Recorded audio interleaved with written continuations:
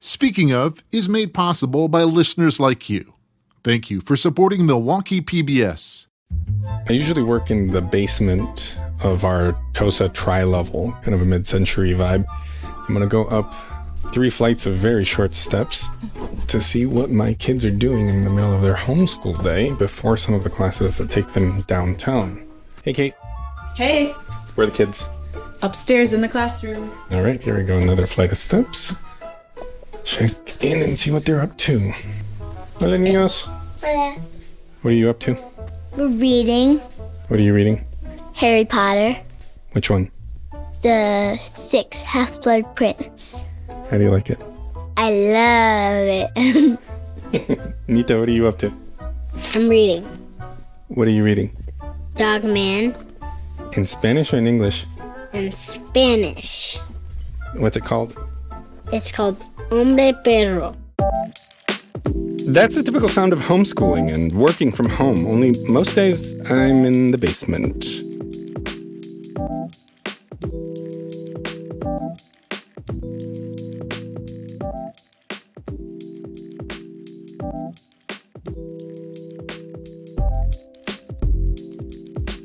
My own family's journey with homeschooling. The second is the fascinating journey of Maryam Durani, a special guest from Afghanistan that the U.S. State Department settled here in Milwaukee. With me in the studio are my 2 co-hosts, Lexi Mack and Scotty Myers. Hey, guys. Hey. Hey, Mariano. Before we get started, I wondered, Lexi, if you could give us a recap of the story you did in your podcast about kombucha. I think it was episode 4 of Speaking Of, this podcast here. For those of you who haven't heard it, specifically what I'm wondering about is what you found out about the Great Resignation. Yeah, so I had spoken to an expert, and what he told me was that, the Great Resignation obviously is just a fancy phrase of saying that we're seeing unprecedented numbers of people quitting their jobs since COVID has struck. And a lot of reasons have contributed to this, being whether burnout, safety concerns with COVID as far as exposure, if you're coming in contact with it and you're afraid of bringing it home to your family. A lot of people were considering wages, like, is my wage worth the amount of labor I'm putting in? And when I asked him about demographics, he said that a number of women had actually contributed to the Great Resignation, that particularly mothers. Scotty, I know you've started to do some reporting on 1036 about education. 2 years into this pandemic, what are you finding out from school teachers who've stuck with their profession? There is some real interesting statistics here, some alarming statistics. We know that since January of 2020, there have been more than 500,000 teachers who have left the profession. So the number I recently saw was 600,000. And we know that students studying teaching is down 35% across the country. And here in Wisconsin, there are some programs that are seeing even steeper declines. So those are some concerning numbers. And I just wanted to add something because I forgot to mention it and Scotty sparked my memory. But my expert also said that when speaking of women and the Great Resignation, that women are actually leaving the workforce entirely in great numbers, that they're not just quitting jobs and transferring, but they're actually leaving the workforce entirely. As you both know, Kate, my wife, is part of the Great Resignation. We've talked about this on the podcast before. She was a career high school teacher with 15 years of experience at a parochial school. She was at the top of her pay scale in a leadership position, working 5 minutes from our house, and COVID turned our world upside down. She's also part of the uptick in homeschooling. According to the U.S. Census Bureau, the number of families now homeschooling has doubled since the pandemic. Wow. Yep. It's been growing at a rate of about 3.3% since 1999, but in 2020, it shot up from 5.4% of households educating at home to 11.1%, again, doubling. You'll recall from my first episode that the Pew Research Center found that a lot of the isolation that happened in the spring of 2020 reversed itself a year later. Drawing parallels here, at the peak, 6.8 million additional households started homeschooling, but by Christmas it was down to about 5 million. Of course, my family, like I said, is part of those trends as well. This is the part where I'd usually describe whoever I'm interviewing and where we talked. And while I think I can tell you that I interviewed my wife, Kate, in our basement where I have my home office, it seems odd to be the one that describes her. And since neither of you have met her, we recorded a short hello video. Maybe you guys can tell our listeners what Kate looks like, because it just seems weird for me to do it. No. Aww. Here she is in all her homeschool glory. I love her bangs. Hey, Lexi. Hey, Scotty. I'm Kate. Nice to meet you. I've enjoyed listening to your episodes on the podcast, and congratulations on your work. Okay, I need to tell listeners that Kate has like the biggest, brightest smile I have ever seen that goes from like ear to ear. It is radiant, really big. Like that's the first thing you notice when you see Kate. Right. The way she just said our names just made me feel like I knew her already. Well, she certainly hears me talk about you, and she has been listening to our podcast. With that, though, here's our conversation in our basement. I used to teach high school Spanish. Before that, I taught a few other ages. And now I stay home and homeschool my kids. We have an 8-year-old girl in 3rd grade and a 5-year-old boy in kindergarten. Both went to private schools before the pandemic. That's part of her contract. We didn't really have a choice. So they went to school where she taught, and that was sort of dictated to you. Yeah. Got it. So Kate has a history of asthma. That's why those early pandemic days, the risk without the vaccine seemed too high to us. So she resigned, and we pulled our kids out too. And beyond the pandemic, and to tie in some of what Lexi and Scotty, you guys were reporting on in the Great Resignation, it's not just COVID that has been pushing teachers out. I think a lot of teachers would agree with me that teaching has gotten more and more demanding. And in the last few years, it just seems like there's hardly enough time in the day to go use the bathroom or get any grading or planning so that on the weekend you can focus on your family. I was getting up at 4:30 in the morning to make lesson plans and Zoom plans. And I thought, I can't give this much of myself anymore. I was giving the best of myself to my students at school, and my kids were kind of getting the leftovers.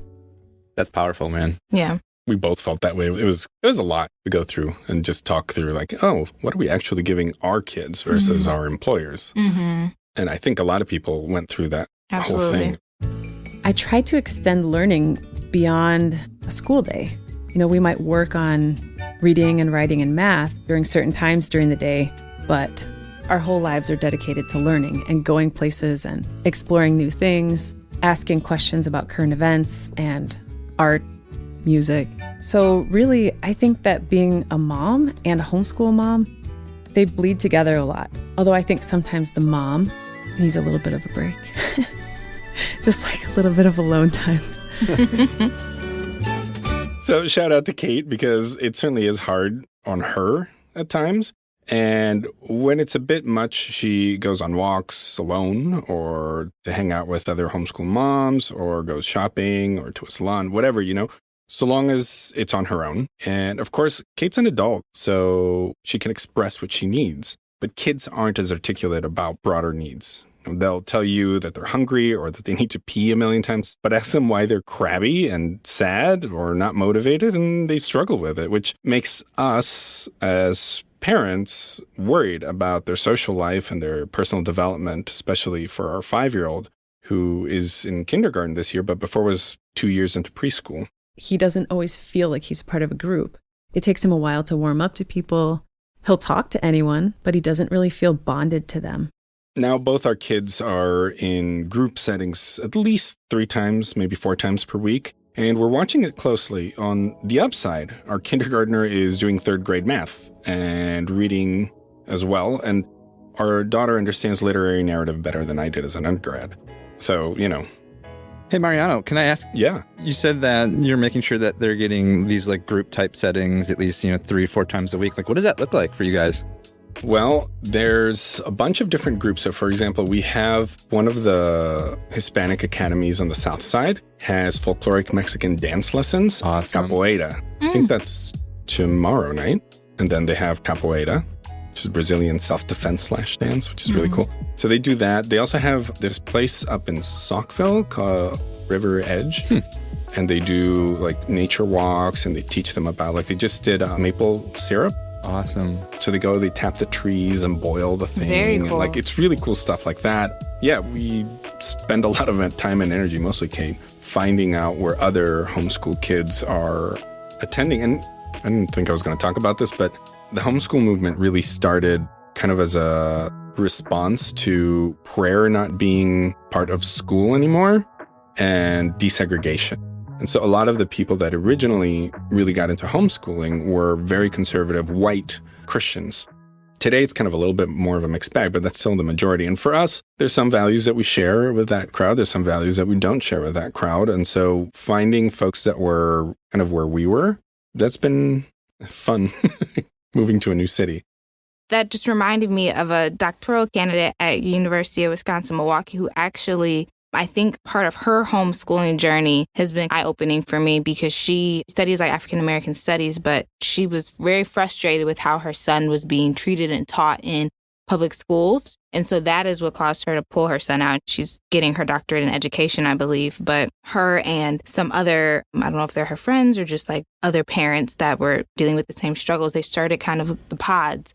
I can't think of the name of it right now, but where they give them homeschooling in groups to get more of that social interaction. But the curriculum is very like Black history based and just teaching the kids to be proud of their Black identity and pushing against what they thought was a racist curriculum that didn't serve Black students. Yeah. It's funny that you would mention that. I didn't know how to fit it in, but since you just brought it up, it's perfect. African Americans left traditional schooling for homeschooling at 5 times the rate of everybody else. Is it for some of those reasons that Lexi just outlined? The why is not, this is census data, so I don't know. Yeah. And well, you said at the House piece, the general population, it doubled, right? Doubled. Yeah. Yeah, that's significant. Yeah, I would imagine like in the era that we're in with like Black Lives Matter and just children being made cognizant of racial tensions earlier in their childhood, that has an impact on how you can learn. So if you're in a classroom and you feel like your teacher is picking on you or not seeing you, or that your lesson plan doesn't reflect your identity or is only celebrating parts of your identity, I can imagine that for parents, that's a struggle. Like, how do I get my child the best representation in their curriculum and that they feel safe and seen by their teachers? Which is probably the parallel to make with why homeschooling was sort of originated with white conservatives who felt like, I didn't see a reflection of our own beliefs of religious-based curriculum, and that's why we're fleeting, I let my kids ask any questions that they want about the world so that they can understand what's going on. And one thing I always say to my daughter is, you can ask me anything and I'll tell you the truth. And there are things where I give her a very short answer, but I always give her the truth. And so when she asks about what's going on in the world, I do my best to just tell her in an age-appropriate way what's happening. But Kate is an educator with 15 years of K through college experience, and I'm home a fair bit, too. I think we have a membership to every museum, like I said, in Milwaukee and in Chicago, the Schloss Audubon Center, River Edge up in Saukville, and they have either music or dance or ecology classes with several other kids several times per week. And I really do wonder how single parents or parents who both have to work at least part-time or are on much tighter budgets do homeschooling. It's not easy. Or whether they would want to do homeschooling and just can't. Absolutely. I think that's a big factor is thinking of your economic standing, of like who can afford to. Prior to COVID, working from home wasn't a really common thing. So a lot of it you just assume is like, okay, this parent doesn't work full time. And for, like you said, single parents or parents that just don't have the means for one parent to stay home, that can be a challenge. Yeah. But what I found teaching my kids at home or doing home education was that while it was a pandemic choice, it was really magical. And I loved doing it. I saw my kids growing. I grew closer with them. They grew closer with each other. And then the second year that we chose to do it was maybe only 25% a pandemic choice. So what's the future for you and your family in terms of homeschooling? I think we are considering putting them back in school. We would like Montessori. We think it's a good transition back into structured schedule, which they haven't had in 2 years. And what about Kate? Is she planning on going back to teaching once they're in school, or does she still want to be a stay-at-home mother? She's not sure she wants to go back. Yeah. And for someone that has a master's degree and 15 years of experience in one field, saying, I don't know if I want to do this anymore, what do you do next? So on our last episode of 1036, we did a story about this. There's a teacher from Ohio, and she made a post that went viral. The teacher is named Julie Ryan Holderbaum, and she wrote a series of 117 questions. I'll just read a couple of them because this is really incredible. She says, is Michael acting off today? Is he tired or just depressed? Should I pull him out into the hall and ask him if he's okay? Or would it be worse to draw attention to him? Will I be accused of teaching divisive concepts if I lead a discussion about why we are not going to say the N-word out loud when we read Of Mice and Men? Will the kids go home and tell their parents what we talked about? Do kids still do that? Do parents still ask? Is this book worth the battle it might lead to?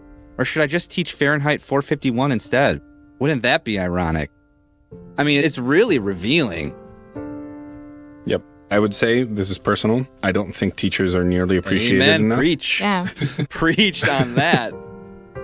Well, thanks for indulging a personal story. It's tricky as a journalist, but I thought this was one area that, made sense. But now I want to turn to our second story about being at home and being cut off. It turns out Milwaukee is now home to about 400 refugees from Afghanistan that the U.S. State Department resettled with help from nonprofits like Hanan Refugee Relief Center, where I interviewed two women.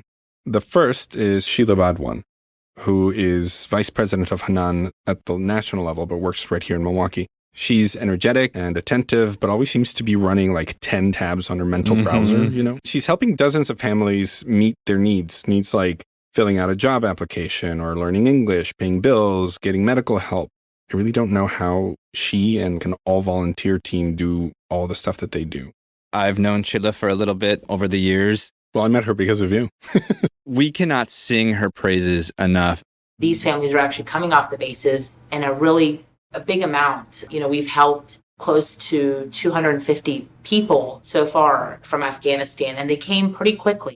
Many of the Afghan folks resettled here in the U.S. are U.S. allies, folks who were translators for troops or employed on behalf of the U.S. or really high-profile individuals. In fact, some of their visas are not regular refugee visas at all. They're, quote, special immigrant visas. Frankly, I didn't even know those existed until recently. And on that note, I want to introduce you to the second woman I talked to at Hanan, Maryam Durani. She has an inquisitive gaze and a calming demeanor. She dresses conservatively with beautifully embroidered hijabs covering her hair, which I find nice and challenging for American assumptions about hijabs. These are the scarves that Muslim women wear. Because Maryam's work on women's rights has been honored around the world, literally. I am focused for the girls and women because the women stay in Afghanistan and women come from the other country. They are refugees. They are needed more help in the community because the Taliban start or born for this city. And the mind, the pupil about the woman is not good. They all have a bad idea about the woman. Like what? They are thinking women more time need to stay in the home. Don't need you go outside the home or find the work on other things. Even though the Taliban's home base was Kandahar, where she lived, she was publicly supporting women's initiatives and was named one of Time magazine's 100 most influential people for her work. She also received the Courageous Women Award from the U.S. State Department from then First Lady Michelle Obama. I have a big organization. This organization have like 5 or 6 parts. One part is the organization is radio station. This radio station name is Women. In my language, in Pashto language is Merman. And this radio station more focus about the women rights and advocacy for women. After 15 years, more men is coming and say to me, I want my daughter same like you. I taking me like role model this time in my city. And that's no small thing to have people change their cultural paradigm based on your work. Unfortunately, not everybody embraced Durani's work, and she survived 2 assassination attempts. Oh my God. I lost my best friend, not just one. It's more my best friend, Khalid, in the city, my city. They are women or men. But every time, I'm just thinking about, it's no important. You go and continue your way. Because I want my country have a peace for new generation. Of course, as we know, the Taliban took over the country when the U.S. pulled out last August, which put everyone who had helped the U.S. or advocated for rights that the Taliban didn't believe in at risk of imprisonment or torture or death. So she moves from Kandahar, Taliban Central, to the capital city of Kabul, where she tries 5 times to go to the airport and leave, but the Taliban blocks the road or waits there too long for her and her elderly dad with limited mobility. Wow. But she talks to friends in D.C. and Virginia who pull some strings, and she gets a call. You can come to airport. I said, yes. I'm go to airport after 3 hours or 4 hours. They are calling my name and my family, and very warm, and oxygen is very low, and child is crying. They arrived at about 10, and at 6 a.m., 450 people get put on a military plane and are flown to Qatar. But Qatar won't let them land, so their 4-hour flight gets delayed 3 more hours. And don't have any facility, just water. It was so hot in this military plane that her sister-in-law and 2 others, including a child, all fall unconscious. Wow. At which point they're granted permission to land and are put on a hot hangar. This is Qatar again. This is like middle of the desert, with over 1,000 other people. Maryam spends the next 4 days there, terrified that her dad will die of exhaustion. But her dad, her sister-in-law, all of them finally make it to the U.S., where they're sent to Fort McCoy in western Wisconsin and spend about a month and then are resettled to Milwaukee by the State Department. And I'm searching about the Milwaukee city. The first time I'm worried. But I find more people from the Milwaukee. I'm asking about the Milwaukee city. They are said, hey, it's okay, no worry. I'm staying in Milwaukee, and in Milwaukee city is a good area. And more information they are to give me. Now I'm thinking it's good place for me and my family start life. I'm taking this city like my home now. I'm feeling like this. And I want more enjoy with this city, community, and society. And I want stay a good person, a full person for this city and society. I'm sure it's not surprising that Maryam isn't waiting around to contribute to the city and the society. She's actually been helping us with translation, and she's been meeting families. She wants to work with her people. This is amazing to see someone here that just came here and what she went through and really wanting to help. What do you want folks to know in Milwaukee about our Afghan neighbors coming in? There are people that want to live in freedom, that want to send their kids to school and want to work. You know, they're just ordinary people. What was interesting to me of what Sheila pointed out was just, Mariano, all your stories have been about home in some way. And she pointed out that these refugees, they want to live in freedom, send their kids to school and to work. They just want to be safe and secure. And I think that is what home consists of. And so for Maryam, even though she's thousands of miles away from her home, she's trying to make a new home here, still fighting for people's rights or making it easier for others around her. So I think her story for me just shows like home. It's cliche, but like home is where the heart is. Home is where your passion is. And I think she's chosen to make Milwaukee her home through helping other refugee families or people who are in similar situations as her. Did I mention that she's a descendant of the first king of Afghanistan? No, oh, wow. Yeah, like direct descendant. Mic drop. Right. She's no small thing, and it's, it really is amazing to have her. But that kind of wraps up this episode, and that also wraps up my 3-part series on home and season 1 of Speaking Of. How does it feel? We went through a lot. I mean, I just think of like Lexi's 3 episodes, my 3 episodes, Mariano, you're wrapping up your 3rd episode here. This is quite a bit. We went on a journey. I learned stuff. I hope our listeners learned a little something along the way. I mean, you two taught me quite a bit, whether it was about our sense of home and belonging, some incredible new people, sort of just like stats and data today about homeschooling. I had no idea. The great recession that Lexi walked us through, even some of the reverse migration stuff that Lexi added to that, I thought was just super interesting. Yeah, I learned a lot about kombucha in Brookfield. And that it doesn't smell like feet. We're going to leave that one alone. But no, I want to say that something I appreciated as someone who is not from here was feeling like I have an on-ramp in each of you for different parts of Milwaukee and different communities and different ways of viewing the city. I think Brookfield, we put an offer on a house in Brookfield, again, kind of not knowing what that meant or who was there, or it was just such a tight market when we moved here that was a house that met our needs and our budget. someone beat us, and we didn't end up moving there. We moved to Wauwatosa, but it was interesting to find out what that community is and what it's struggling with and kind of what its makeup is. Lexi, hearing stories of entrepreneurs here and different parts of Milwaukee proper and how people are trying to revitalize Bronzeville and just the efforts of turning this into people's vision of what the city can be, not just kind of, oh, woe is me, this is the city that I was given.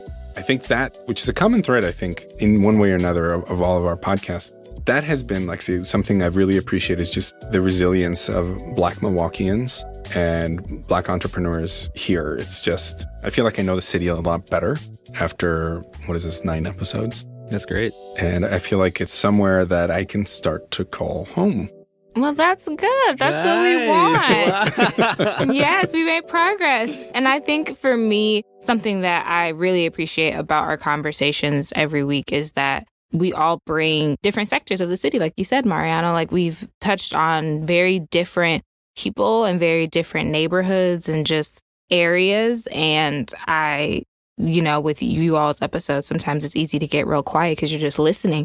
You're like, I really just want to hear everything that this subject is saying and where they're coming from. I think especially with yours, Mariano, hearing from Maryam and her experience coming to Milwaukee, or even just hearing from Ron, whose family has indigenous roots here for thousands of years. I think this podcast gave us an opportunity to just really hear from people that we typically don't get to hear from in our day-to-day storytelling.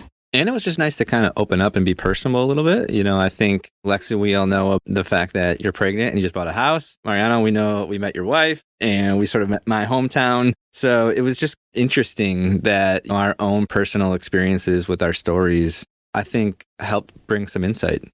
Well, there would be probably a few more episodes between seasons. Lexi, you may not be around for all of them, which, Well, sad I'm for not all falling off. Oh, my goodness. Well, we're not going to force you to be here is what I'm saying. Like, we can't. Well, don't get the listeners scared. I'll be back. I just have a little human I need to tend to for a bit. Well, in the meantime, I want to leave you with a bit from my conversation with Maryam, speaking to people at her new home, but speaking to folks in Milwaukee. And yeah, for all of you who've stuck with us through 9 episodes, well, in our mini episode, so 10 technically.